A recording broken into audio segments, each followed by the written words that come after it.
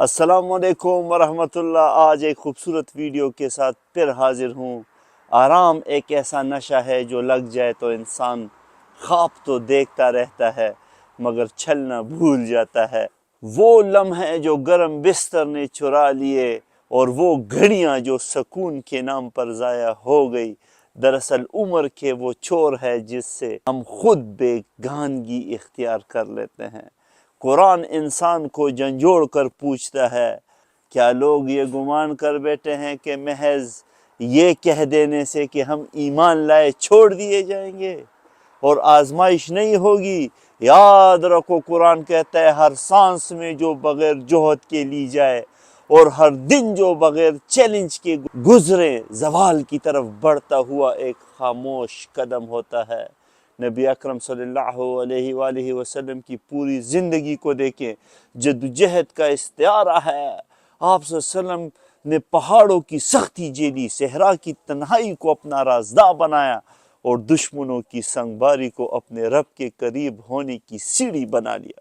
آپ صلی اللہ علیہ وآلہ وسلم کا ہر قدم وقتی اطمینان کے لیے نہیں تھا بلکہ انسانیت کی بلندی کے لیے اٹھا۔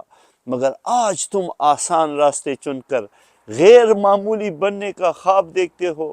میرے نوجوانوں، جو ایسی خود فریبی ہے جیسے سمندر کو کنویں سے ناپا جائے، پہاڑ کو اپنے سائے سے تولا جائے۔ یاد رکھو، آج کی چوڑی ہوئی محنت کل کے خالی ہاتھوں کی وجہ بنے گی، اور آج کا ٹالا ہوا فیصلہ کل پچھتاوے کی صورت تمہارے سامنے کھڑا ہوگا۔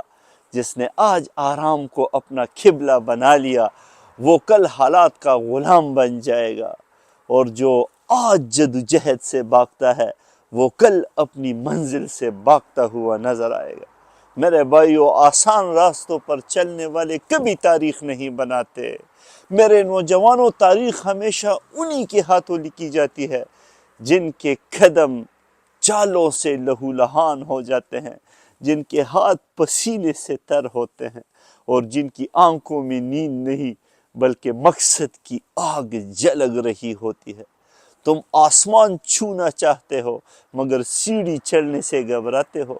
میرے نوجوانوں، تم کامیابی چاہتے ہو مگر اس کی قیمت ادا کرنے سے کتراتے ہو۔ حالانکہ سچ یہ ہے کہ نشہ آرام سے جاگ جانا ہی ہے، پہلی جہاد ہی ہے۔ اپنی سستی کو پہچان لینا ہی پہلی کامیابی ہے، اور اپنے گرم بستر کو چھوڑ کر میدان میں اتر جانا ہی پہلی فتح ہے۔ کل جب تاریخ کا صفحہ پلٹا جائے